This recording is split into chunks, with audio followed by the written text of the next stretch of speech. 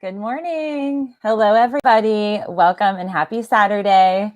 I'm crossing my fingers that we are live and that you all can see me. So welcome to all of you. I'm going to bring Instagram on, and if you can hear me and see me, comment in the comment box below. So welcome, everybody. It's been technical glitches over the last few days. So welcome, everybody. Hi, Instagram. Hi, YouTube. Today, we are going to talk about COVID surge news. I first want to apologize to all of you YouTubers. Yesterday was a really challenging day for us technically.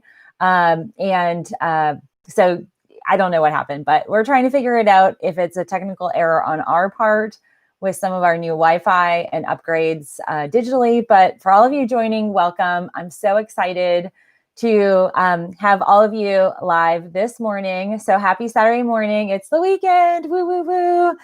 I don't know if you guys are feeling like we are here, but gosh, what a week. I just felt like it's been a really stress-inducing week on all different fronts. So I've got a lot of news to share with you. And I don't really have a core topic today because honestly, I wasn't sure if YouTube would go live, but I do want to cover the latest research about the most significant and most unique symptom that categorically will be the indicator that you have COVID, and it's the loss of smell and taste. So there's some new data about neurons that get impacted in the nose. So we'll talk a little bit about that, but I've got a lot of news to share. And for all of you joining, I'll also do a little Q&A also at the end of this video, particularly because it's Saturday morning. I have a little bit more time. We're live, so that's exciting on YouTube. And we missed that for at least YouTubers yesterday. So I want to, kind of do a redo if we can. So first and foremost, let's dig into the news of the day. So, yesterday, actually Thursday, we hit 4 million cases. So we are at 4.1 million cases here in the US. The world is just really blowing through the 15 million mark. We're at 15.7 million cases. By Monday, we'll be at 16 million. And this is a global pandemic. And this is one of the things, it's just not restricted to the US. It's not just restricted to China or Italy or France. It is global. And I really want to drill that home this morning because it can sometimes feel like we're alone in this because our numbers are so far above where all the other countries are. But 40 countries this week, and particularly yesterday, had the single largest record days. And it's 2 times the quantity of countries from last week that have had single day records in terms of positive cases. So I know that we have, at least on YouTube and also sometimes on Instagram, I have an international following. We have about 38 to 40% of our YouTube viewers, and that's about I think we're at 277,000 viewers. 40% of you live in another country. You might be expats living in another country, but a lot of you live and reside in countries outside the US.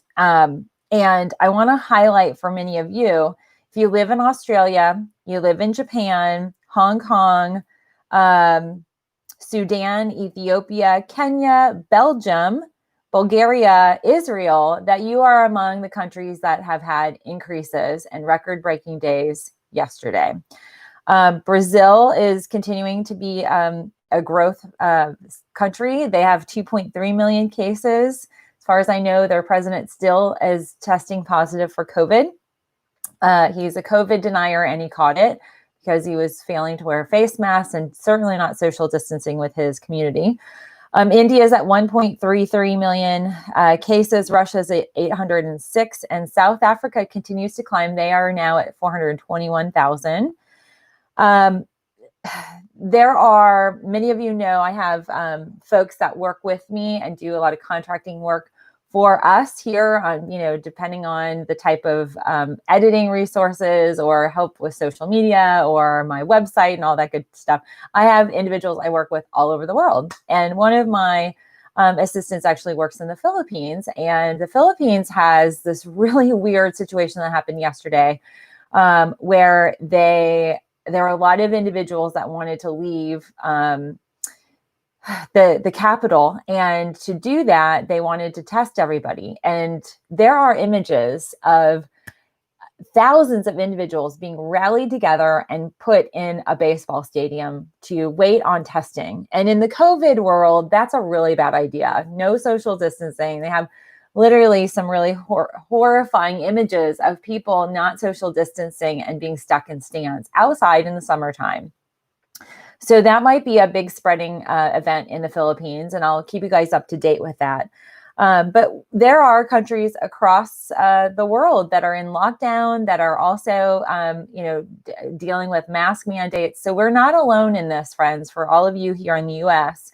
And in some cases, there are countries that are leading in terms of the fatality rates or just the extent of growth. But to be honest with you, the U.S. continues to be number one in this category. I do want to highlight that our fatality rate continues to increase. We had our fourth day of over 1,000 fatalities. Yesterday, we had 1,231 to be exact, deaths from COVID. And that now puts our total fatality number at 147,650,000 U.S. lives lost to COVID-19.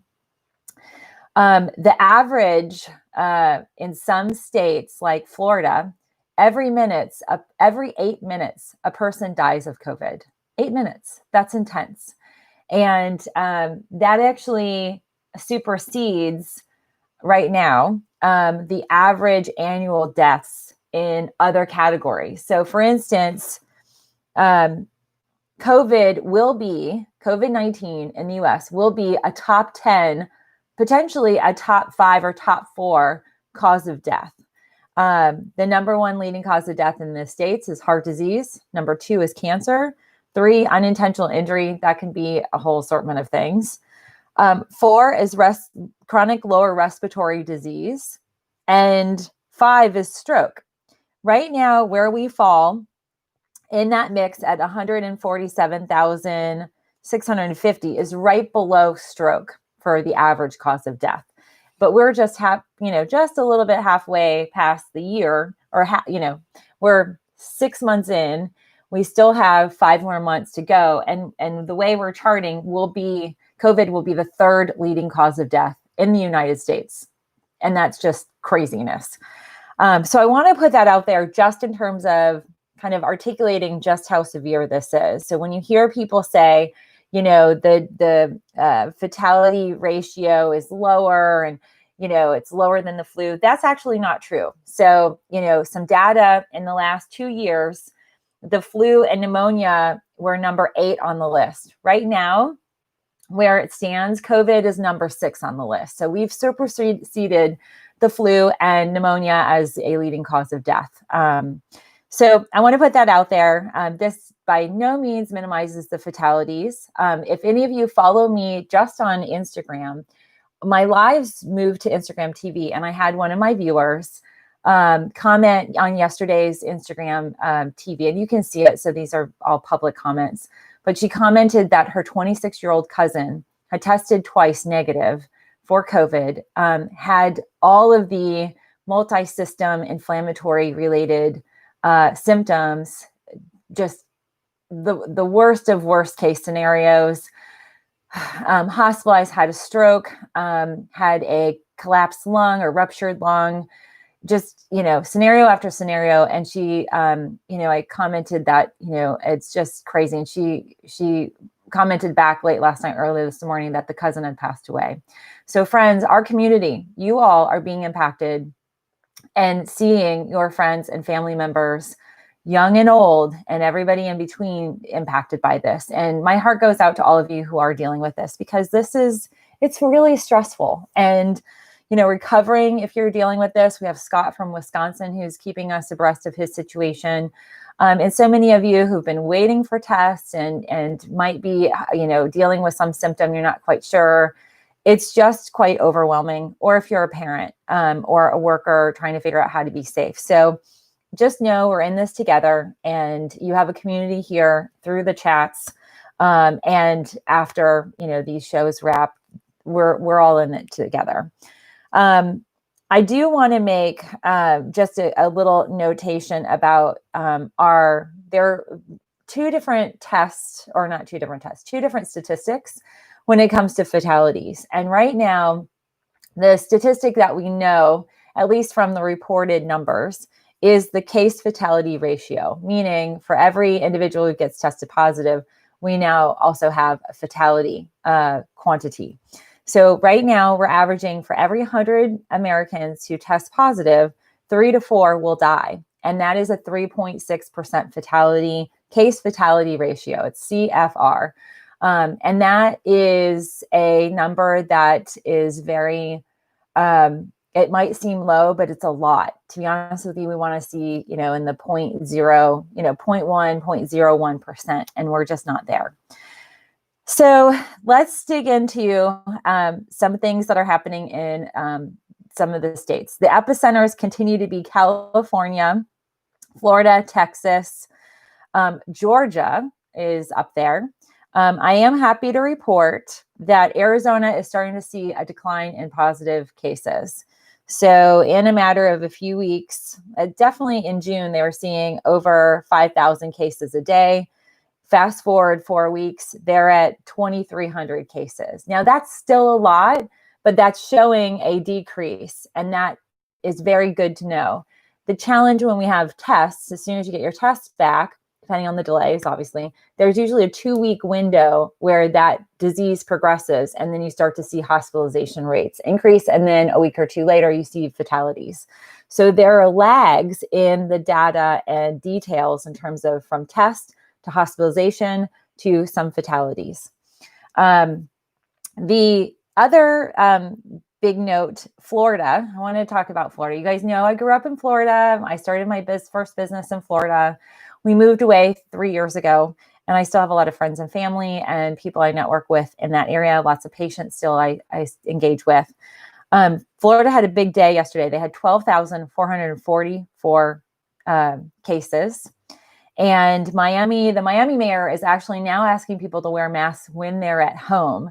They are seeing the community transmission also be quite overwhelming in the family centers. And in Miami, we also see multi-generational households. So you might have, grandchildren living with grandparents, and the, parents, they're all together. The teenage children might be going out and grabbing ice cream or hitting the beach, and they're coming home, and they might be infecting their, younger siblings, their parents or their grandparents, aunts and uncles. And so now the mayor is encouraging mask wearing inside the homes. We do have studies that indicate mask wearing in the home will actually decrease transmission between families, and that's why they're asking that. Florida is also dealing with Florida, the schools going full steam ahead, which is a concern. Now we've got, a political event that's been canceled because of the virus. And now schools are saying, well, if you can cancel that, why are we going full steam ahead with schools? So we're going to continue to see that debate really heat up in Florida. Looking also at California. California, I announced yesterday that they surpassed New York. California is at 435 cases. So in and of its own right, California is like New York was. We also have Florida like New York was. We also have Texas like New York was. Same with Arizona, the hospitalizations. It's like New York. So we have 4 New Yorks all at one time. It is straining the healthcare system. It's straining the testing capacity, the need for materials. California right now they posted yesterday 9,718 new cases. They had 159 deaths. Florida also had another big day in terms of fatalities. Texas, I want to highlight Texas. So Texas had an increase in cases. They had 8,700 cases yesterday, 8,701, in fact. Houston, they are delaying school starting. So they did vote, and they are going to delay school starting in the Houston area. So that's Harris County. They're pushing school start to September 8th. A judge in the Rio Grande area has employed a shelter at home order that takes it from now until the 11th of August. That they also have curfews, so there are evening curfews as well. The positive percent cases in that Rio Grande area, 50% of the individuals going to hospitals are testing positive for COVID. They are so overwhelmed in that region and that's a bordering, it's on the Mexico border. They're so overwhelmed in that case that they are making decisions about people's health in a triage setting. The type of setting, it is just horrifying to any of us, where they're assessing individuals' age, underlying health conditions, and the likelihood of them recovering. And they're making decisions of who to send home to convalesce and ultimately die at home with their families. And they are making decisions of who will stay in the hospital that has the likelihood of recovering. That is very challenging when it comes to the healthcare system. That is when you know you're at your peak limit. We haven't seen any major efforts from the governor or the federal government to come in and build additional hospitals or to expand the capacity down there, which is a whole nother issue. I do want to make a note. Illinois has had an increase, and they had 1,532 positive cases yesterday. They had 20 deaths. So we're going to be watching Illinois. Chicago's one of those cities that we're going to be watching. And Georgia had our highest day yesterday. We had a 4,800 day. So 4,813 positive cases came through. New Orleans, the mayor has closed all bars in New Orleans to limit the spread. They had made a statement that Louisiana was dealing with community spread. It just wasn't isolated to some of the New Orleans communities, that it was across the state. Ohio has a nursing home cluster of COVID cases in Newark, Ohio. Right now, there are 11 positive cases, residents that have tested positive. So we're going to continue to watch that. Nursing homes categorically have been major epicenters where 3 turns into 11, turns into 25, turns into 60. And then you have fatalities and an overwhelm within that nursing home community. I'm happy to announce that 2 states that are showing initial phases of decline are Arizona and Delaware. Those are the only 2. Everybody else is showing either, constant state of the same number of cases or an increase. Only 2 are showing a decline in 50 states, friends. I also have some news that happened in Oklahoma, and this literally just right before I went, I was kind of making sure I got all my printouts and stuff from yesterday.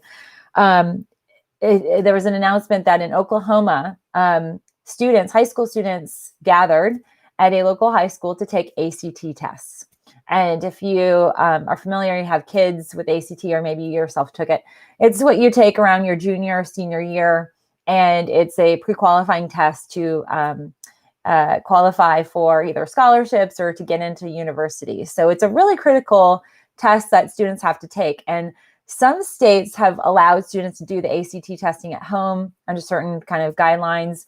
But this Oklahoma community, they didn't. So these kids had to go to a high school. I remember doing that. So these kids gather. They have 16 to 20 kids in the classrooms. There's about 1,200 that end up taking this test all in one setting.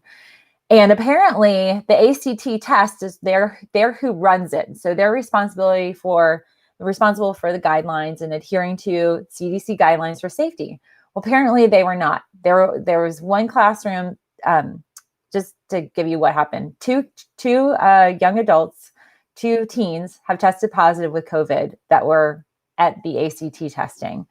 And that's the first of this kind of communication. Like, they were tested on the 18th. So we're going to see more probably come from this event. But there were, in one classroom, a student said he couldn't concentrate because he was the only one wearing a mask, and the proctor, the, adult that works with ACT managing this, he said he kept fiddling with his mask, ended up taking off. Students weren't wearing masks around him. There was a kid that was behind him coughing and heavy breathing, and there's spread that's happened. And that's just one example of potential outbreaks that could be a foreshadowing of what may happen in schools.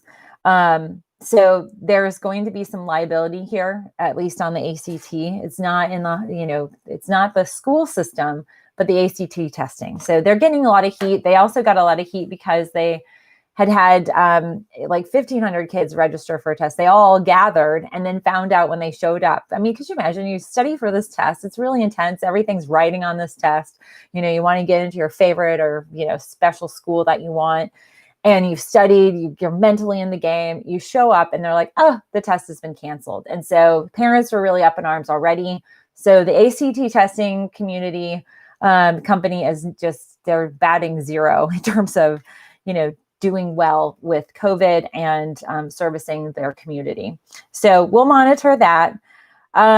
I have some additional news about dogs and COVID. So I reported, I think a week or two ago, that Brazil was training, I think it was Brazil. Let me look. I think it was Brazil, or it was a South American country that was training dogs.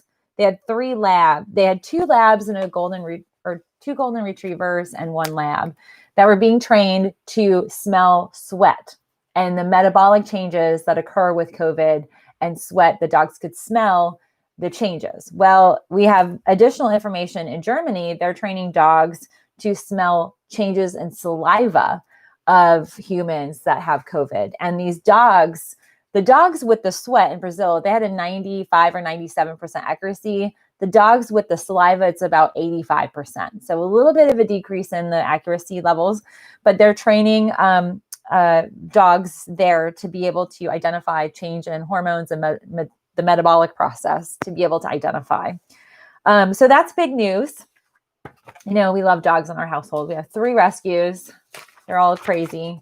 And we got lucky with one of them. She's what she appears to be, and even her DNA testing shows that she's a pure flat-coated retriever. And if you guys are lovers of retrievers and labs, they are seriously, I think, one of the best breeds out there. They're the Peter Pan of the dog world, and she's always puppy-like, very loyal, very obedient, easy to train, super smart, and just loves swimming and loves chasing her ball. So that's our middle dog. The latest dog is a pain in the butt. She keeps chasing deer and jumping our fence, even with the e-fence. So, all right, let's dig into the CDC. CDC has been really active in the last few days, as I predicted, because of their, they've definitely have failed the U.S. And I think they're really trying to actively get back some of the reputation.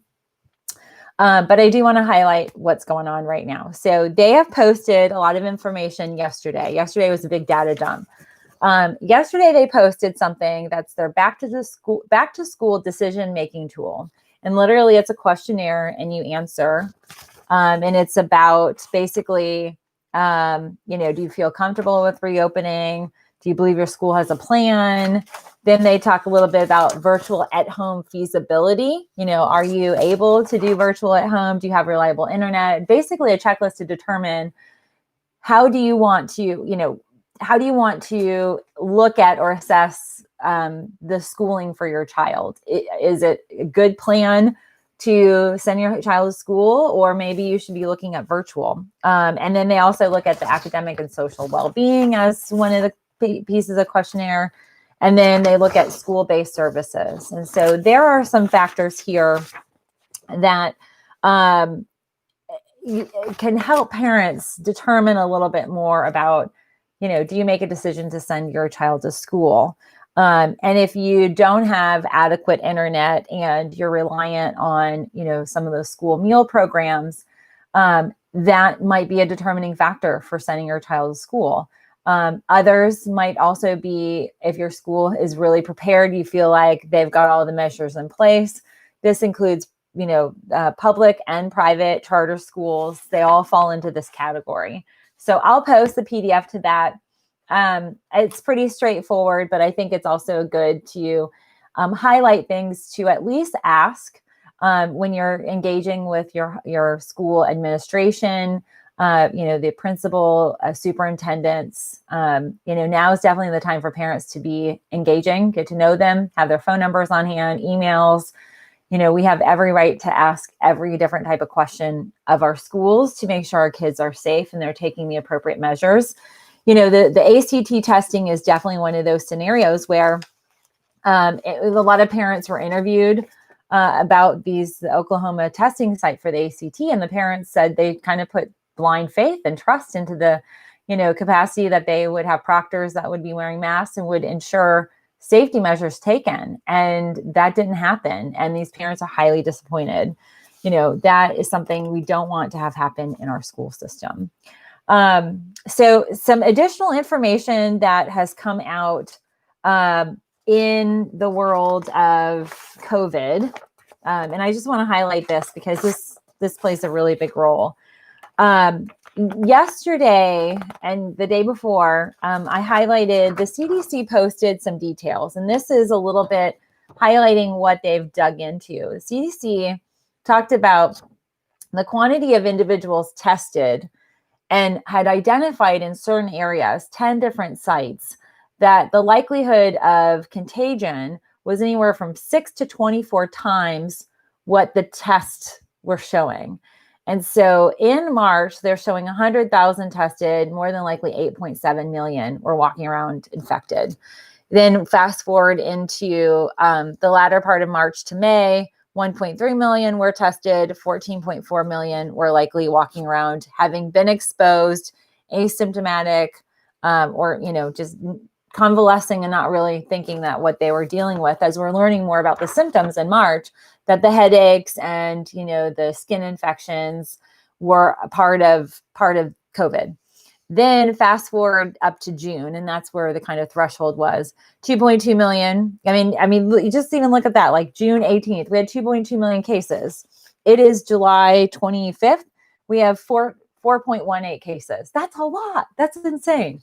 So, and a lot happens in a month, but 2.2 million cases, they're looking at likelihood of 17.5 million are estimated to have had COVID. And so this estimation, you just look at like that growth, this is contributing to why we have now 4.18 million cases. So the CDC posted that earlier this week. They also have some data that was actually used by the Kaiser Family Foundation. And they pulled provisional statistics, what was available from the CDC website up to July 11th. And they've identified the KFF, so the Kaiser Family Foundation out in California, identified that there's a few states where older patients, COVID patients, were having higher fatality rates.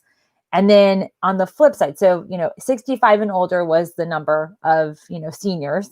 And then on the flip side is the states, or, the District of Columbia is included in this one, the states that had the lowest amount of senior fatalities, 65 and older.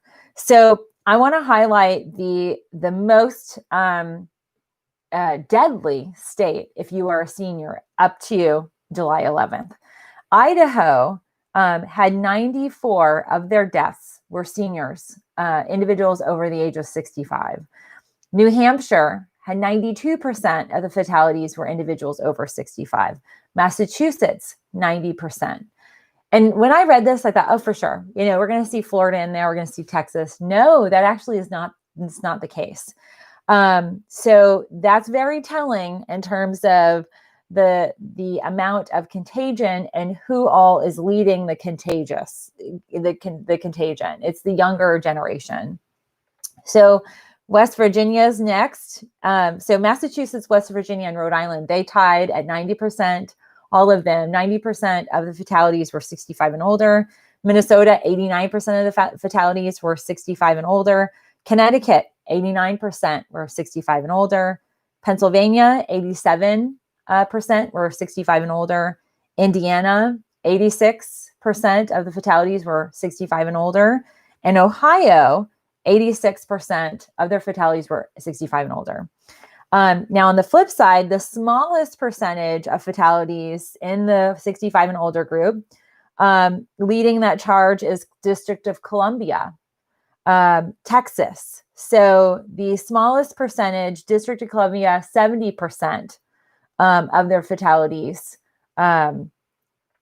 were 65 and older. And that's not like, that sounds not a lot. It's still a lot, but it definitely is highlighting that there's a gap in the data where we're seeing the current infections in California and Florida are primarily younger individuals. Florida and California are not on this list. So next up, Texas, 70% of the fatalities were 65 and older. New Mexico, 71% were 65 and older. Arkansas, it was 71%. Mississippi, 74%. Nebraska and Arizona all tied at 74%.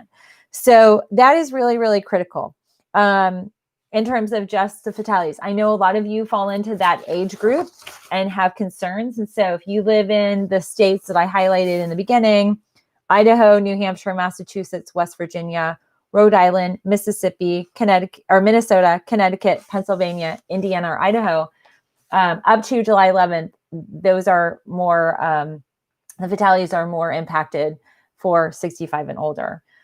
So that's something that's really critical. I do want to go into some information, and this is really exciting. I have been in contact with the founder of the Long Haulers. I'm going to try and see if I can organize an interview with her. But that group, they now are over 80,000 strong on Facebook. They are being utilized in data. The CDC ran specific data within the community, and they are showcasing the symptom duration and risk factors for delayed return to usual work among COVID patients is delayed. And that's a study from March to June. And they tapped into her community. I'm very excited because I'm monitoring them. I'm encouraging and engaging with a lot of these folks. But it gives credence to the fact that there are long haulers, individuals that are down and out dealing with symptoms or recurrence, or, you know, they test positive, they maybe test negative, and then 4 weeks later, they're back in the ER testing positive. So they've identified that 1 in 5 COVID patients has lingering symptoms of 3 to 4 weeks after the initial infection, initial symptoms set in. The most common, and this is in the MMWR, the Morbidity Mortality Weekly report from the CDC, they dig into some underlying health conditions.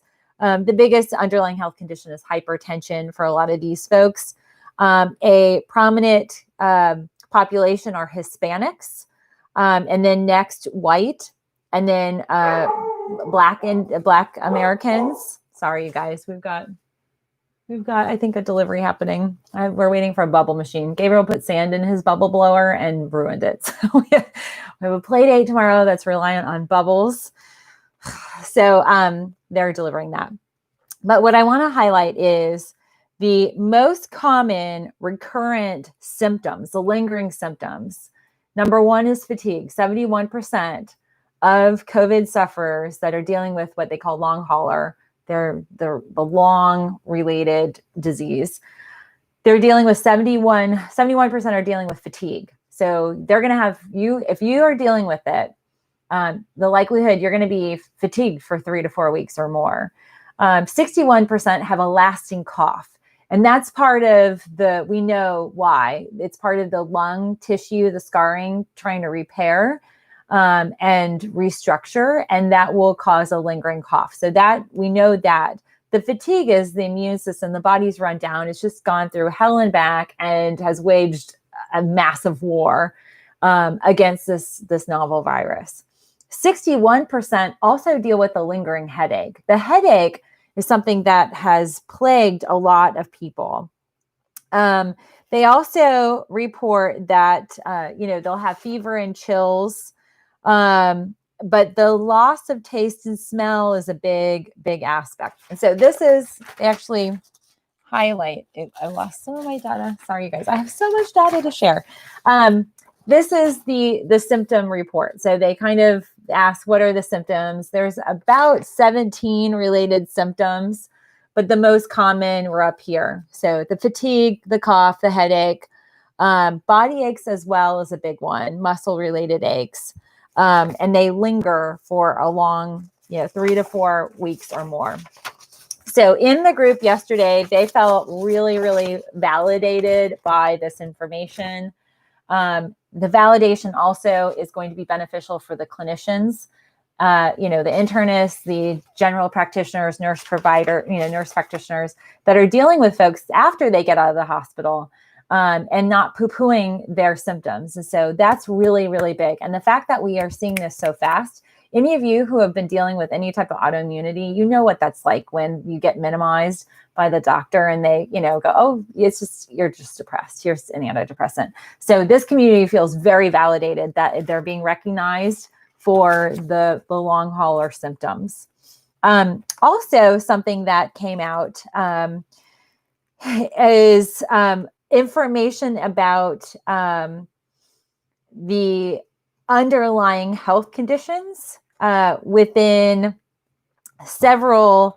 They look at the U.S. and the District of Columbia, and they look at the underlying health conditions, and they highlight, what are some of what underlying health conditions increase your risk for severe COVID. And they identify specifically obesity is the most identified underlying health risk. Then next up is diabetes. So obesity is really being linked significantly with the underlying health condition that accompanies the severity. And that could very well be some of the other underlying health conditions that do go with obesity, the higher cholesterol levels, the diabetes, heart disease, all the other kind of things that coincide with that. But they also dig into a particular modeling and prevalence of different symptoms and underlying health conditions. And if we transpose this specifically with where the cases are, this would directly correspond to where the red zones are. So Florida's got a lot. We see a lot over here in Texas. You see some of the border areas. And then look at that, Arizona and California. So this really helps to kind of identify where the sickest of individuals lie. The Southeast is pretty hot. And then we're seeing over here in this area where folks have these underlying health conditions. So that is something I thought was really interesting. The population, they actually identify a breakdown of these communities into what they call large central metros. They call large fringe, so like suburbs, large fringe metros, medium metro areas, and small metro. And small would be rural. The large fringe metro and medium metro are on the higher side. So it's kind of interesting in terms of where people live, the population density, and where those folks are located in terms of the prevalence. So they are digging more into this data will be used for where do we send more testing sites? Who's at risk? Where do they live? Do we need rural? Do we need suburban testing sites? So that's helpful for that data. The other thing that they look at that's very fascinating to me, this is a Georgia serologic study. So this is an antibody related study. And it looks at, it's called the estimated community seroprevalence. So the prevalence of antibodies in the blood of SARS-CoV-2, of COVID. They look at two big counties here in Florida and Georgia, DeKalb and Fulton County. Fulton's our number one county. That's where Atlanta It's this weird long county. Our backyard, our fence is the border to that county. So our neighbors behind us live in Fulton. We live in a different county. We do most of our shopping in Fulton County. So we're engaging with folks that are in this category. What they've identified is that there's a prevalence of antibodies in non-Hispanic Black communities, which is very fascinating. So they've identified that the prevalence of antibodies are the Black community who has COVID or who's encountered COVID. There's evidence of antibodies, which means these individuals have encountered and come in contact with COVID. And they've actually identified that females have a higher instance of these antibodies. And so if you are a female in Georgia, in DeKalb or Fulton County, if you're a female between the ages of 18 and 49 and you are Black, you have a higher likelihood of antibodies than any other group, age group, gender, or ethnicity, race/ethnicity. And that is very, very much coincides with the COVID cases that we're seeing in Georgia, where we have a prominence of Black Georgians who are having higher instances of COVID. At one point, it was 85% of our COVID cases were Black Georgians. And in fact, out of those cases, we're seeing more female, just slightly, but this corresponds to the data we're seeing in the hospitalizations.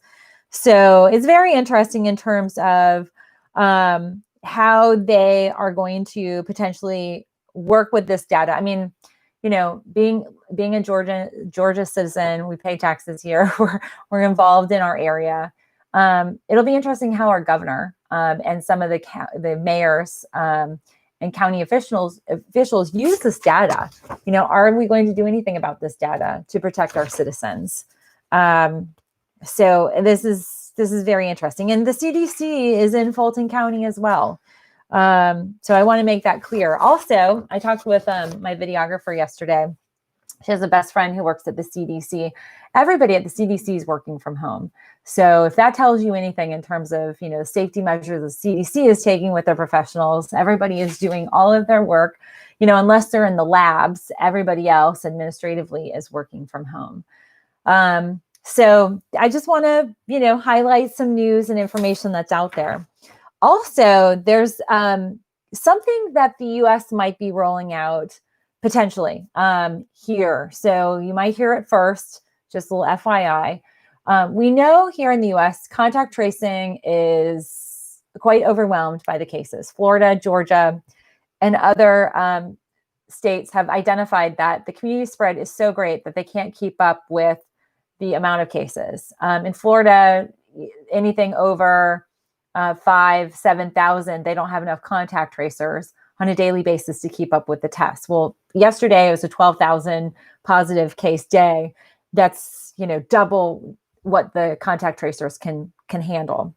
And because of that, the US is looking at possibly enrolling in some sort of digital tracking COVID monitoring tool. And I want to highlight something that they're looking at.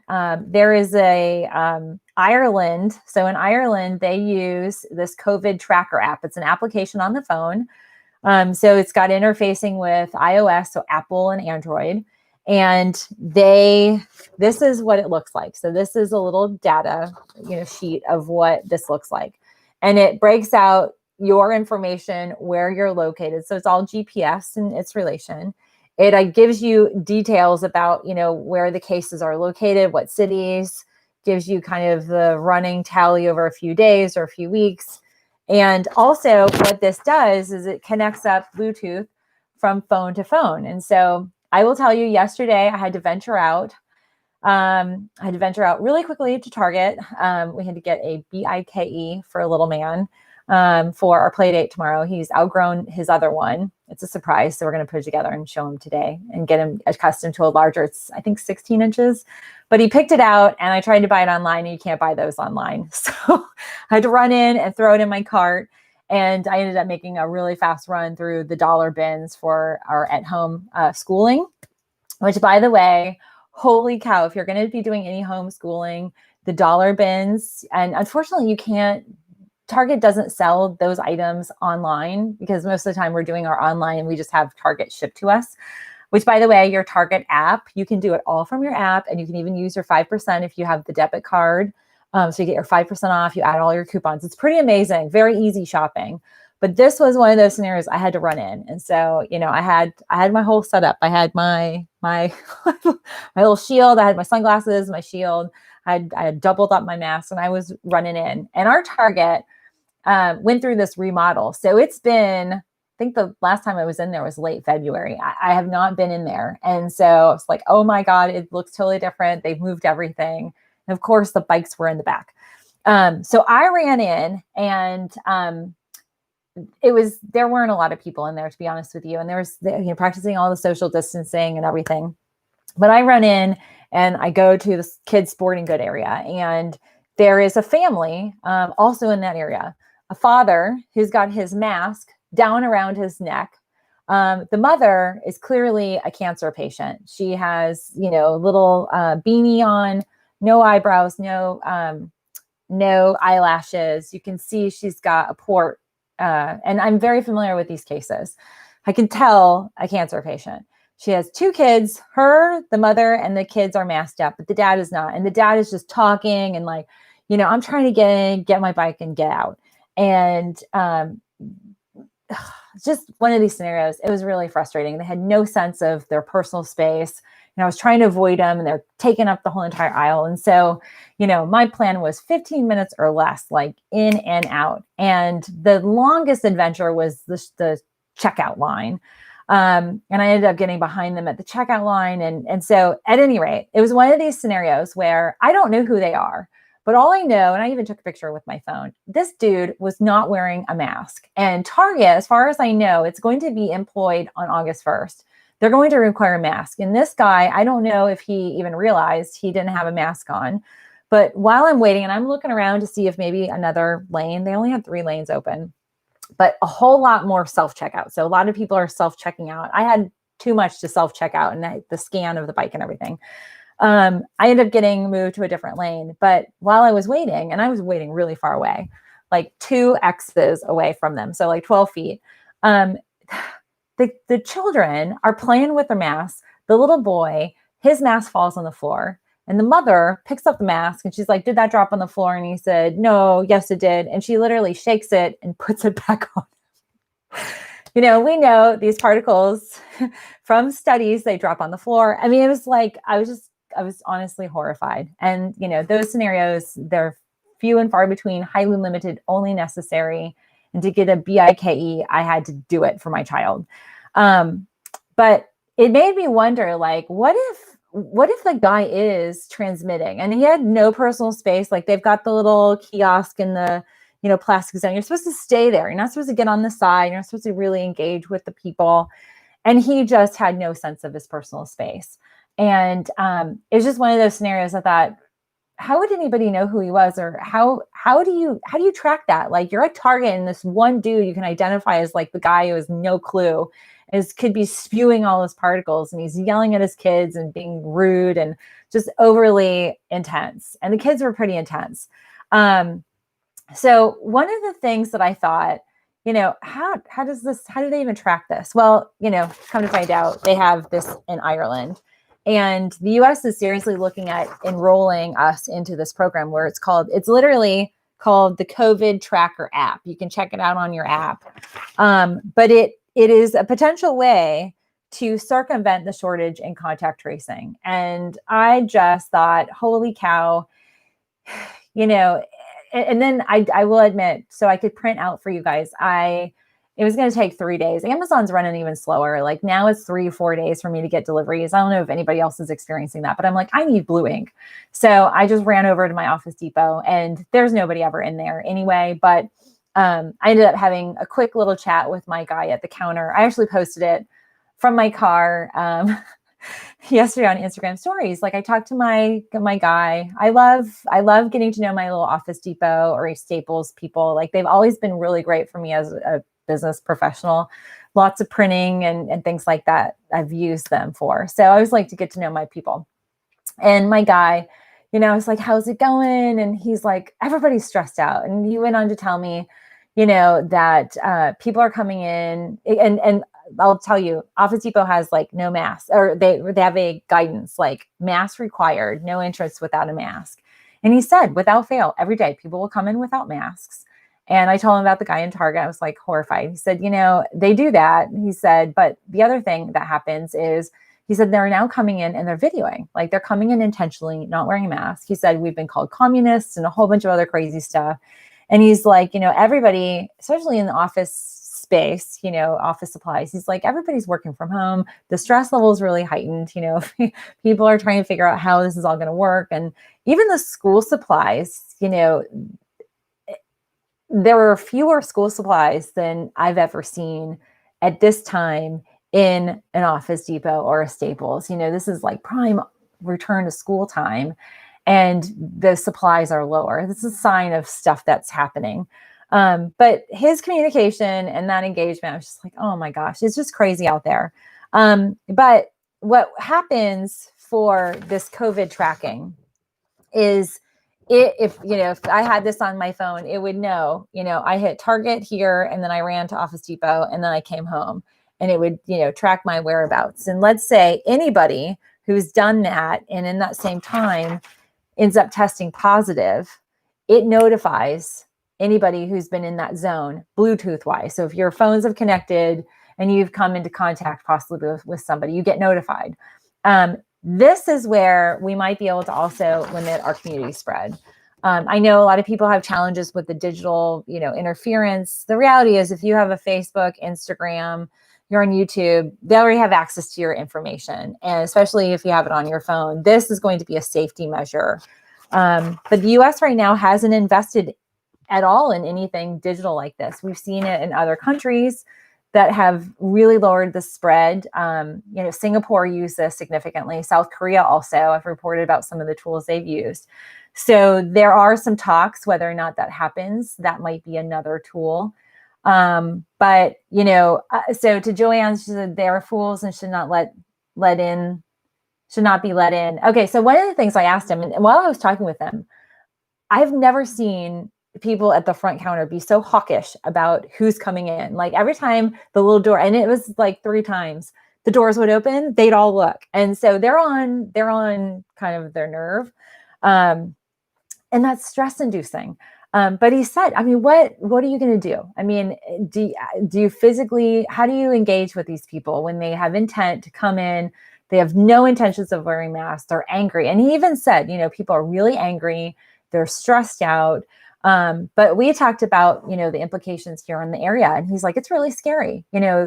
We have in the Atlanta area, there are no hospital beds. They're referring out to other counties and north of the major highways. So in Fulton County, we are full in our healthcare systems. And, when people are not wearing masks, it's endangering others. And, he said from his experience, he's like, it's just really selfish and they should just stay home. I mean, like my quick run, blue ink. I mean, I literally got blue ink. I ended up getting something cute for Gabriel because we're ramping up his schooling and stuff now. But I mean, in and out, and he was like, that was really fast. I'm like, yep, I'm lightning speed. Because usually I'm a shopper. Like I peruse everything. I've got my coupons, I really use all my like discounts and stuff like that. I get all those like little things in the mail. I don't do that. I'm like in and out, I pay with my app and we're out. But that quick little conversation was just eye-opening.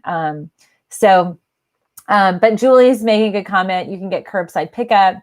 And that's absolutely true. I honestly was like, I'm just going to run in really fast. And there's a part of me too, yesterday, I need a little retail therapy. Yesterday was a really tough day here. Gabriel was really upset. Internet didn't work and I didn't go live on YouTube, and I really was frustrated. I needed to get out and I needed to get away. And so I did that knowingly. I needed to do something, I needed to get the BIKE. And so it was also for my own mental health. I love retail therapy. I will admit that's a fun release for me stress wise. But it's not the same. And to be honest with you, it wasn't. I was literally like, I feel like I'm in a scuba setup, and I always had anxiety with scuba diving. And so I'm just like, I just felt like I'm a lunatic, like running through there's 4 aisles in the dollar bins, and I'm just grabbing all these great school supplies. And I'm thinking about opening up a new kind of venue where I communicate all the stuff we're doing school-wise for families and kids. But yeah, it was highly stressful, and it was just really eye-opening because we don't go out at all. Okay, so let's see. I want to answer some of your questions. And let's see. This is not the place. Let's see. Mm-hmm. Oh, Connecticut. Okay, so Janet D says Connecticut has been using an app called How We Feel. I'm gonna write that down. How We Feel. Okay, so for anybody in Connecticut, check out an app called How We Feel, and it asks daily questions about how you are feeling and asks where you have been in a 24-hour period. That's really great. Thank you for that, Janet. And telling about Connecticut's cases are low. It's contained. They don't have community spread, and maybe that is helping. Okay, so thanks to Pat for managing some of the craziness that's happening today. I know that people won't agree with science and data and facts, and that's okay. But I'm not your channel if you're not going to agree with that or are not seeking that. I don't support conspiracy theorists and theories that are not factually based and not scientifically founded. In the world of COVID, we need to be factually oriented. And my goal is to give you the facts and the data, and then you get to do what you want with it. How I live my life is much my choice, as is yours. But also we're in a situation where we have such a pandemic and global proportional scale where your decisions also affect others. And that is something we need to be cognizant of and make choices and decisions, not just for ourselves. We don't live in bubbles. We're not on islands. And, we have actively engaged in this very low risk lifestyle because of Brian having an autoimmunity. And we choose to limit our engagements, and even how we're going to deal with school for Gabriel next year is encouraged by our decision to be safe and risk-free. Not everybody is making those same choices. And I try not to be judgmental, and I hope it doesn't come off as that. But I also have so many of you, my followers, I feel an onus to you all to communicate information that will help you be healthier, happier, more mentally stable, and minimize your stress during this pandemic. That's why I have the live shows. That's why the format is different than my edited shows. And I know a lot of people get frustrated with that. I also am a working mom from home with a child at home who's almost 5. You see him, he comes in a lot. Yesterday I had moon sand all over his playroom, and made a mess in his sink while I'm trying to cater to all of you. And you guys missed that on YouTube. You can catch that on Instagram. It was a disaster. I think it was yesterday. I was like, I can't handle it anymore. And I ruined his day because we went out into the garden and I picked my harvest, and it was a tough day. And so that's why I went out into society to get some shopping retail therapy. And it was like 20 minutes, if that. But definitely, I want to encourage all of you to just make healthy decisions. And, I also am aware I had a lot of anxiety doing that. And I am religious about, I undressed in, the laundry room downstairs. I ran upstairs, took a shower, got all the germs off, sanitized my flip-flops, and cleaned all the materials and stuff, and even have stuff sitting and kind of, minimizing the risk coming into our house. And all of that's based on data that I research for each and every one of you every day. And, with the information, I will give you the most up-to-date information. Is it accurate? It's as accurate as I can get the reporting. I'm not responsible for all the reporting and the data, but I will be constantly searching the journal articles. And I have paid for a multitude of subscriptions to journal articles and access to information as it comes out. So every day I get emails with the latest and greatest research. And that is what I'm doing here to keep all of you up to date. So Instagram, we've got about a minute left, and I'll continue on YouTube this morning. So if you guys want to join me over there, but if you like this, you like my shows, you are encouraged by this data, give me a thumbs up, hit the like, share. You guys on Instagram can do a screenshot, post it on your stories, tag me at Natural Health Resources. Definitely, I'd love to get the word out and have more people participate.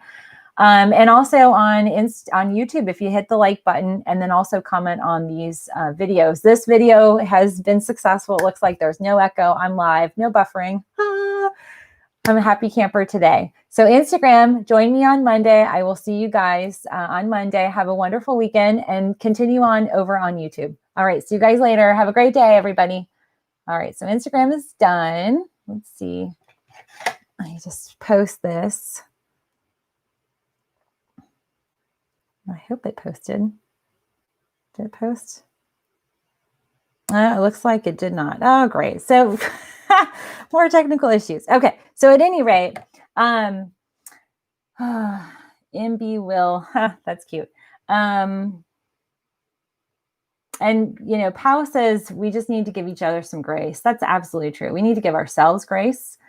We need to give our family members grace. I know a lot of people are torn up about also family that are taking undue risks and potentially endangering themselves and other family members. That's really there's just so many layers, and so much of what all of us have planned for 2020 has just fizzled away. Like, it's the suckiest year ever. And usually, like, I get excited. I plan, I have a whole birthday month. Woo! My birthday is I think it's next Friday. See, I'm like, I don't even at this point care. Yeah, it's next Friday. Whatever. We're not doing anything. I just like, so, it's just one of those things. 2020 is in the record books for the craziest year. And we're all dealing with it. And that's one of the things that the conversation I had with my guy at Office Depot, and I love him. I know he recognized me. I mean, I was like all outfitted, but it was one of these things. He said, we're all dealing with this. This is not, it's really selfish to think that you are dealing with it differently than anybody else. Like, we're all dealing with it. And, how we process it also it has a direct impact on your health. And I think that is really critical when you really make that connection. If you get really stressed out about this, it will impair your immune system.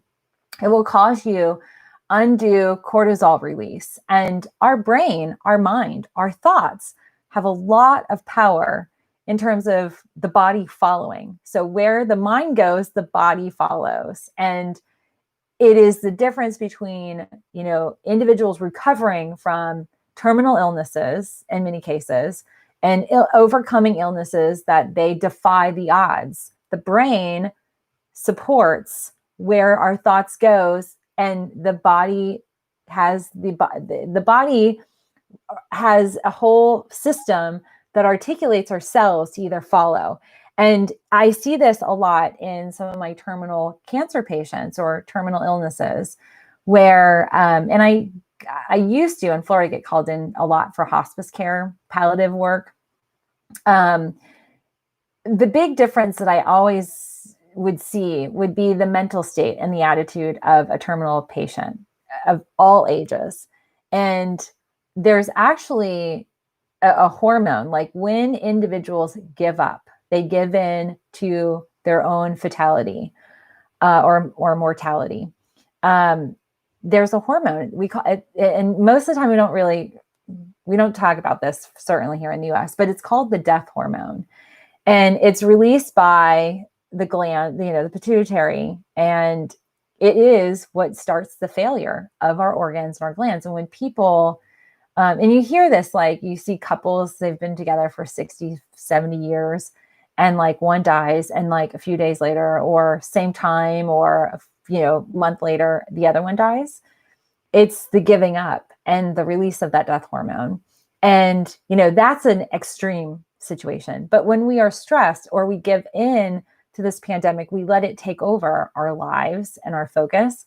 It has an undue damage on our immunity as well as our mental state. So I just want to encourage each of you, it's the weekend. Hopefully none of you are working. You take time to nourish yourself, recharge, regroup, nourish yourself emotionally, you nourish yourself mentally, nourish yourself physically. Invest in your herbs, drink your teas, drink more tea maybe on the weekend, get more sleep, take a nap, get out and exercise. If you are dealing with an underlying health condition, as we've seen in some of the studies I've presented today, obesity or diabetes, do active care, preventative care measures. Make sure you've got all your testing tools. Maybe you need to buy a pulse oximeter. Maybe you need to get new, more testing strips for your diabetic tests. Maybe you need to start testing again, start taking your blood pressure and monitoring your levels, making sure you've got all your medications and getting in more control of your health. And that at the end of the day, we can control. We might not be able to control each other, certainly not, the route of this pandemic, but we can control our day-to-day exercises, our day-to-day activities, our day-to-day outlook, and what we determine that we want to have occur in our lives. And that minute detail of control and mental state, I think, is the game changer in terms of how well we withstand this and if we succumb to this. And for all of you who are dealing with other health concerns, that is definitely concerning, but don't let it be a determining factor, and know that there are a lot of resources. And here on my channel, I have over, I think now, almost 600 videos for you to peruse and search by category, health ailment, issue, whatever it is, that you can learn more ways naturally to help offset, minimize, balance, address those health concerns. And so you have the ultimate power and control, and it starts up here in your mind. So that's my little kind of powwow takeaway for you all in today's show. And I hope you find encouragement in this. It is definitely something where we're all stressed out. And I think Pao makes a really good statement. We have to give ourselves grace. We have to realize we're in a stressful state. Sometimes we're just going and going and going. We don't even have perspective. There's a term I always loved when I heard it. Sometimes when you're in the ketchup bottle, you can't read the label. I think a lot of us are in the ketchup bottle right now. And so we have to gain some perspective, and sometimes just disconnect from media, disconnect from the things that are stressing you out, and do things that are joy-filled and joyful and encouraging and connective. And if it's, setting up, do a Zoom game night with your friends and family, have a Zoom tea, hour or whatever it is, but, get connected, get grounded. And that is a really good way to deal with this. Okay, so Christine says, I try to comment on the rewatch, but I can't always find the right screen on my Android. Let's see, Joanne says, I had to go to the day before comments yesterday because of whatever happened. I went off on a woman named Sanchez. So you guys I appreciate your engagement. And Darlene's right, could disconnect from the negativity. And sometimes we are the possessors of the negativity. And that's okay. Recognize it, let it go, and choose a new mantra. All is well in my world is always my favorite mantra that Louise Hay had, in her communication. If you guys need good mantras, Louise Hay is a powerhouse of mentally, reconnecting positivity, and grounding that into your life. I love that. All right. So friends, thank you for tuning in. Please give this video a thumbs up.